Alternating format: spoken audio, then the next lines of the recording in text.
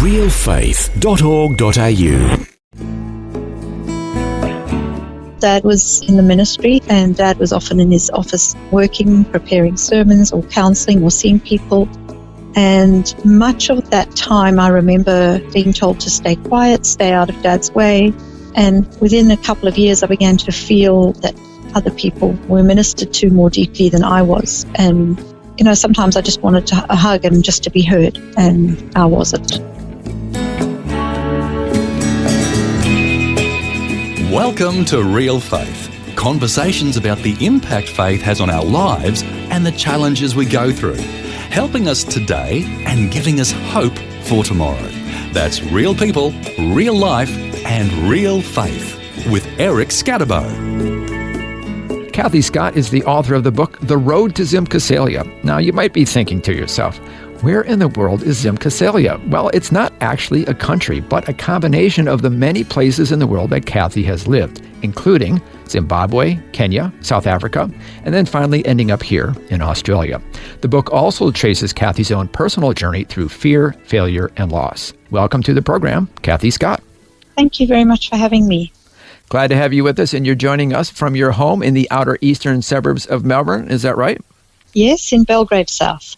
Okay, and that's a long way from where you were born in Zimbabwe. But I should say that the name of your book is called The Road to Zimcasalia, but road is spelled R-H-O-D-E. Why is that? Well, I was born in what was Rhodesia, and that became Zimbabwe. Mm-hmm. Then I lived in Kenya, and I lived in South Africa, and I lived in Australia.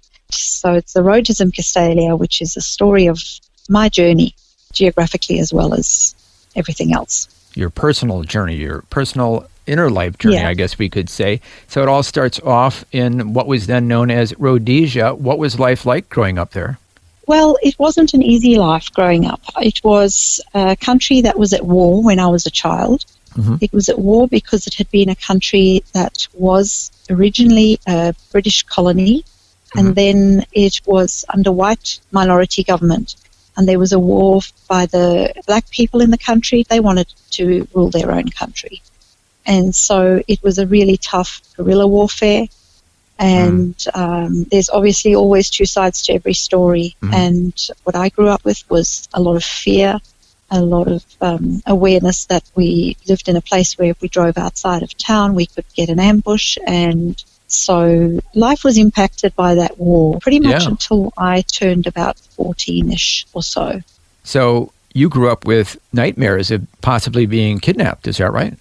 Yes, I did. That was one of the recurring nightmares I had as a child. We lived in the country in small towns for the first few years of my life.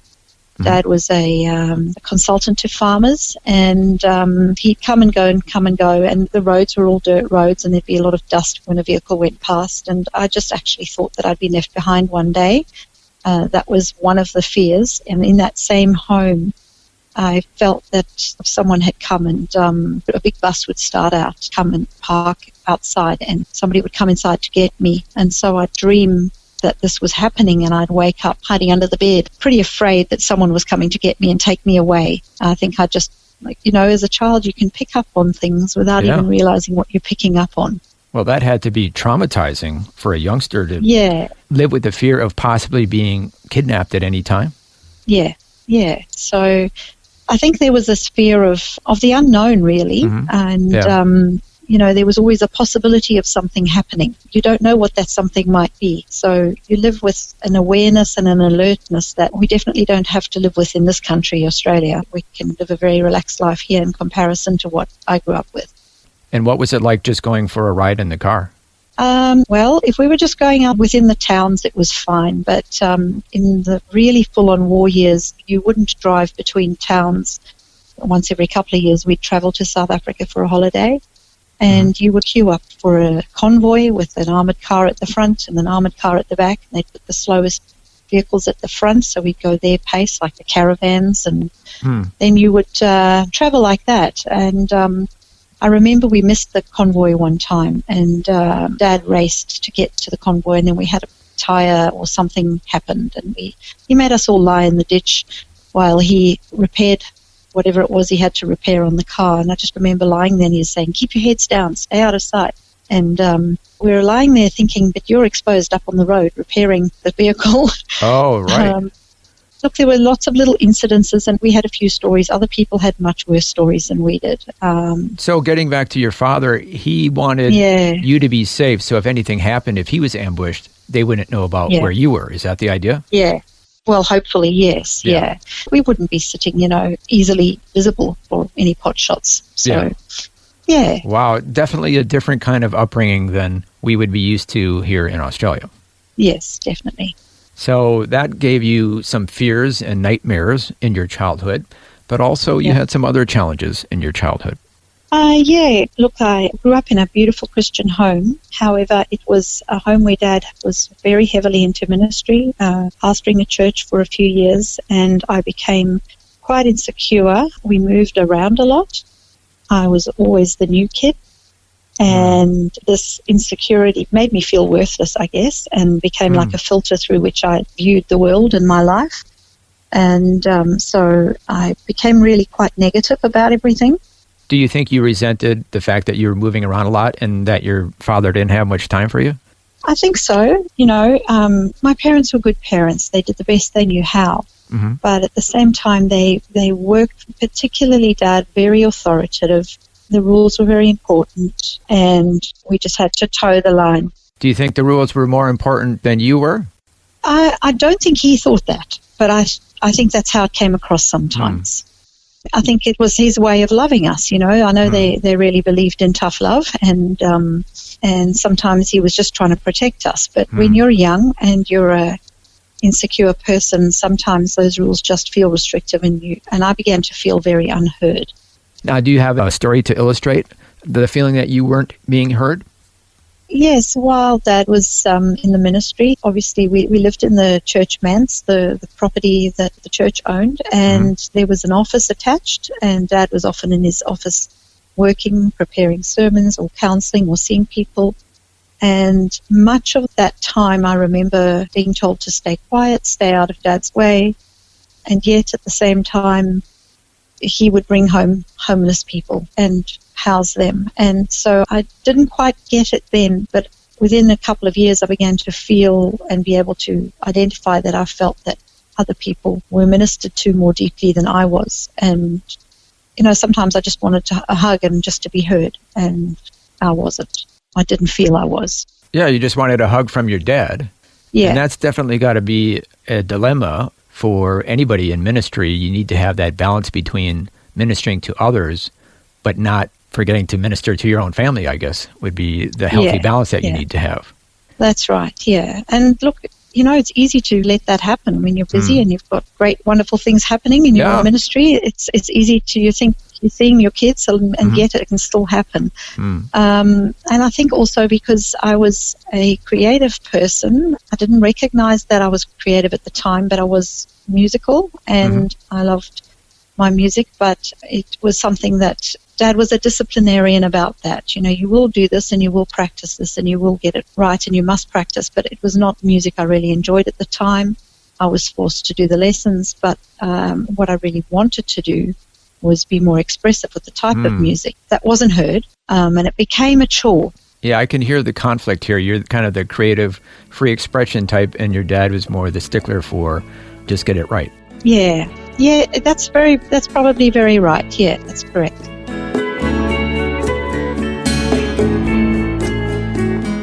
Our guest today is Cathy Scott. She's the author of the book, The Road to Zim Casalia, Navigating Through Fear, Failure, and Loss.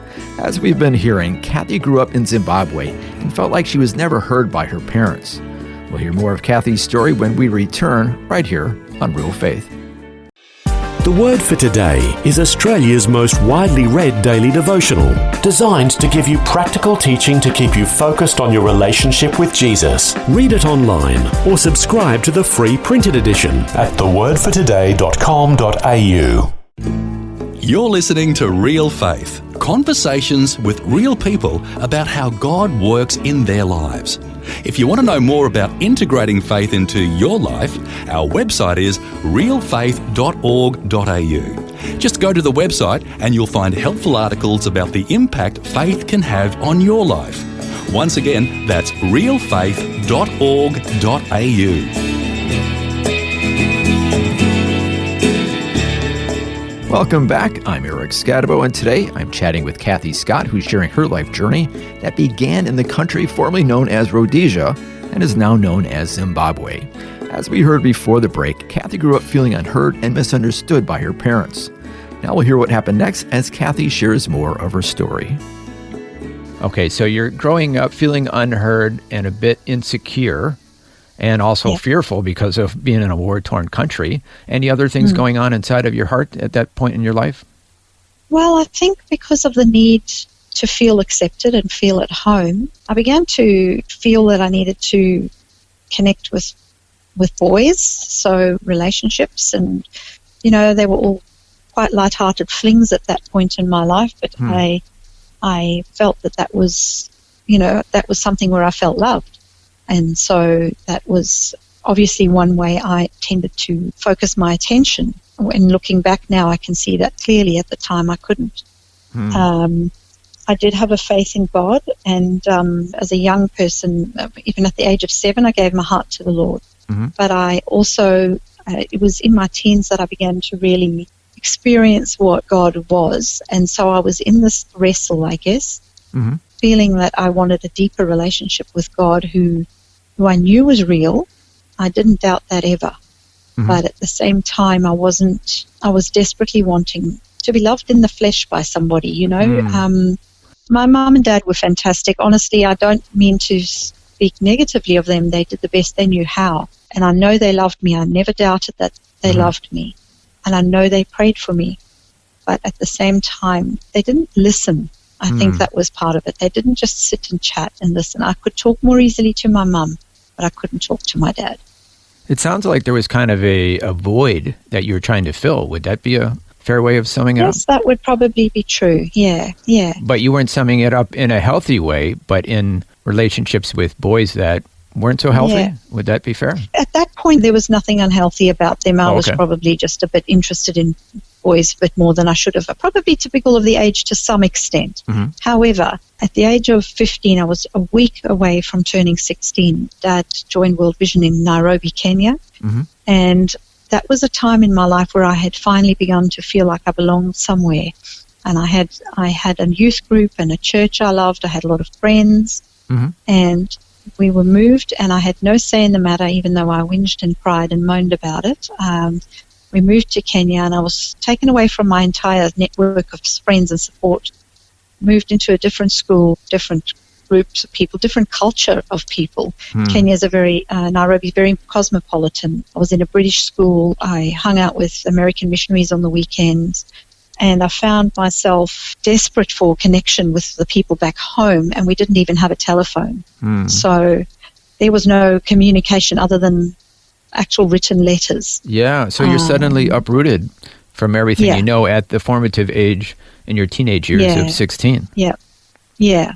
And during this time, my mother had got cancer as well. So at the age of 37, I think it was, she was diagnosed with cancer. So I was 14 around then, and she was at one point given only weeks to live. And I wasn't told the whole story up front. I was given hints of the story, and I was the eldest of 3. And I remember just thinking, oh my goodness, we can't not have Mum. Dad's always angry, and he's always stressed, and he's always worried, and how will we cope, you know?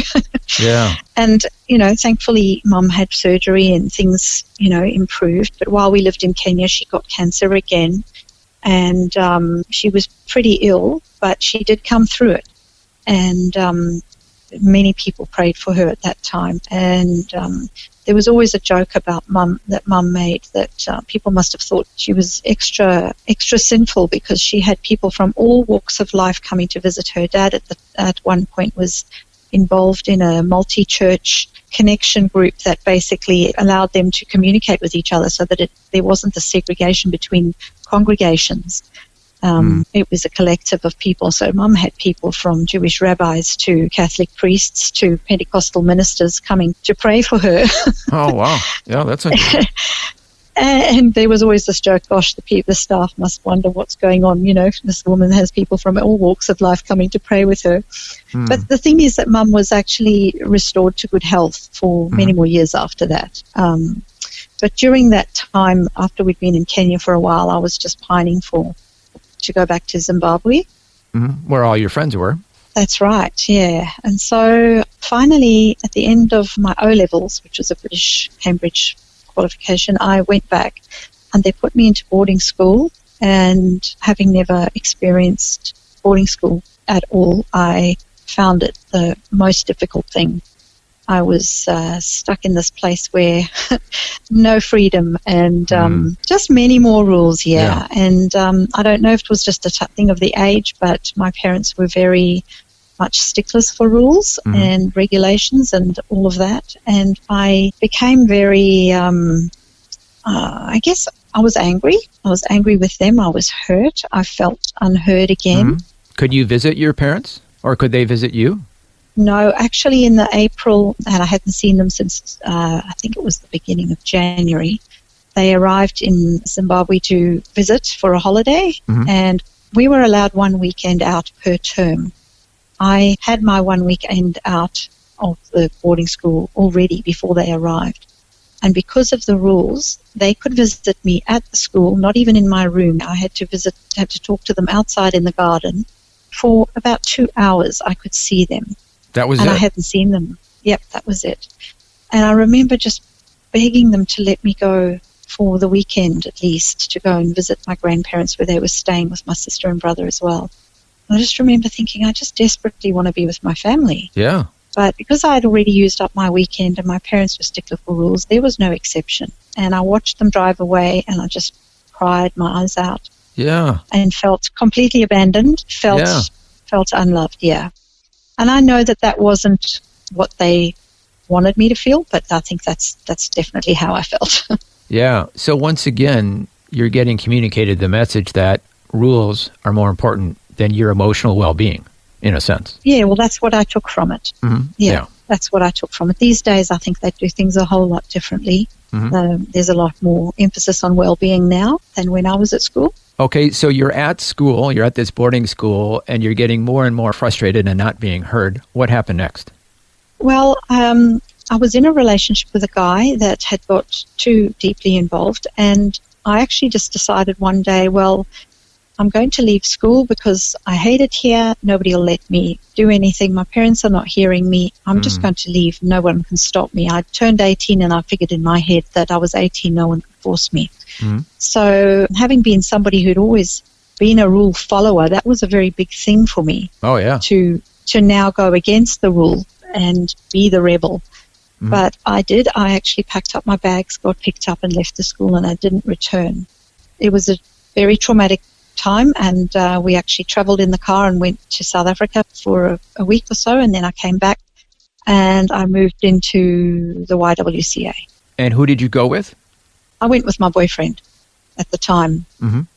So we travelled, we just got away and went away and came back within a few days, and I found myself a job. I was working there.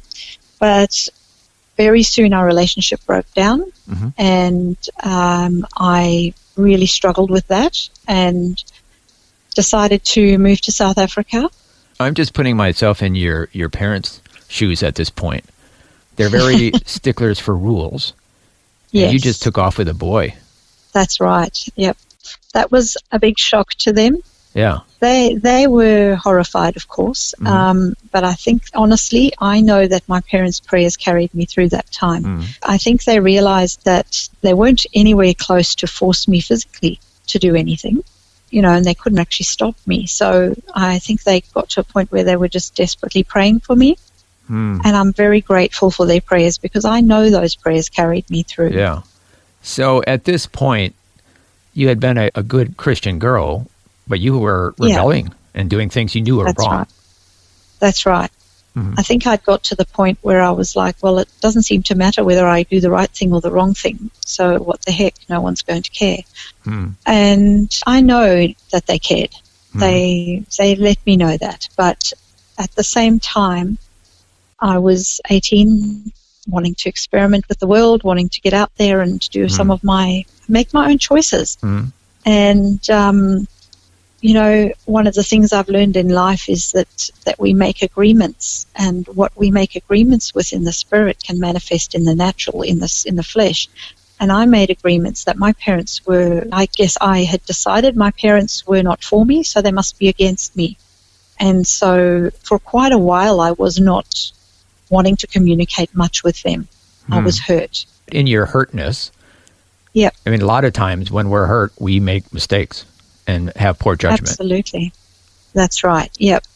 And I took it very personally. I never once considered what they as parents must be feeling. And as a parent now, I can and understand they must have been in incredible grief over me. Yeah. Oh, yeah. They must have been devastated to know that their good Christian girl was now running off with boys and making poor choices. That's right. Anyway, I ended up leaving Zimbabwe and going to visit South Africa, where I knew another guy that was a friend from youth group days, and he'd invited me to visit. And so I went and decided, well, my relationship's broken down, I'm going to go. So I took myself off to South Africa, and through him I met my husband. And I got very confused because this other guy and I had a brief fling, and then that didn't work. And then he actually suggested to this guy that this guy look after me and take me out, which he did. And straight away, David became the person that listened to me. He listened to my stories. He listened, which was just what you were looking for. Yeah. And finally you're being heard. For the first time, that's right. For the first time in a long time, I felt listened to, because he was a man of few words, and I had plenty to speak. You were compensating. and he listened, and he accepted me, and he loved me anyway. And within a very short time, we decided to date. And then we got engaged, and within a short time, I was actually pregnant. Now, again, I was in this downward spiral of what the heck have I done? Now what will mum and dad think of me? And this is just the worst thing I could have done. And I had a lot of self-hatred and worthless feelings. I was in a place where I just couldn't believe that I had done this again. And now I had a little baby coming. And this wonderful man, I said to him, so are you going to leave me? And he said, no. Not at all. I'm going to stick with you. This is my child too. Was David a Christian at the time? Yes, yeah. We both were, but we were not close to God at that point in time. And he has stuck with me, and we've been married over 36 years now, 36 and a half years.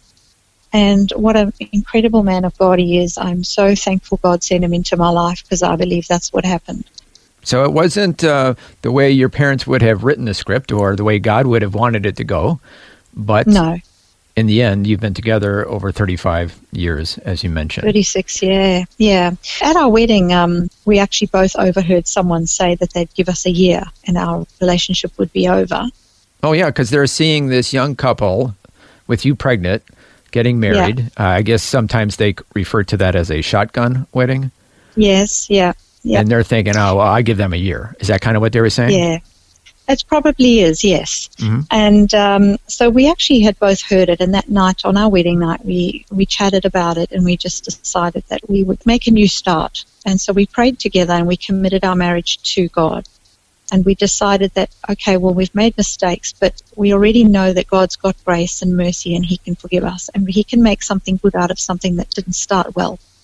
So we committed our marriage to him, and we also agreed that we would never threaten each other with the word divorce or anything like that. Now, I can tell you there's been times where that has come to mind, but it's never, in reality, it's been a tough trot for some of the years. But because of the soul ties that I had to have cut off through prayer ministry in years, later, etc. But God really has restored what was broken and done something beautiful in our lives. And we've been very blessed. So that was the beginning of your marriage, which continues to this day. We're going to have to stop it right there because we've run out of time for this first conversation. Can we have you come back again next time to share more of your story? Yes, absolutely. Well, that was part one of my conversation with Cathy Scott, the author of the book, The Road to Zim Casalia, Navigating Through Fear, Failure, and Loss. We invite you to join us again next time to hear more of her personal journey. Meanwhile, to find out more about Cathy and her book, you can go to her website. It's Cathy, spelled with a C, cathyscott.com.au. Once again, that's Cathy, spelled with a C, cathyscott.com.au. Well, next time we'll hear more of how God has been working in Cathy's life as she shares more of her story. Until then, I'm Eric Scadabo. So long, and God bless.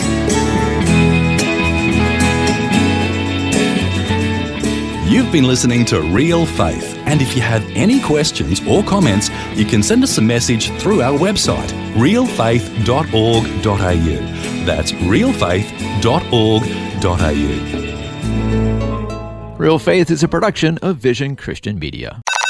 This program is a production of Vision Christian Media. To find out more about us, see vision.org.au.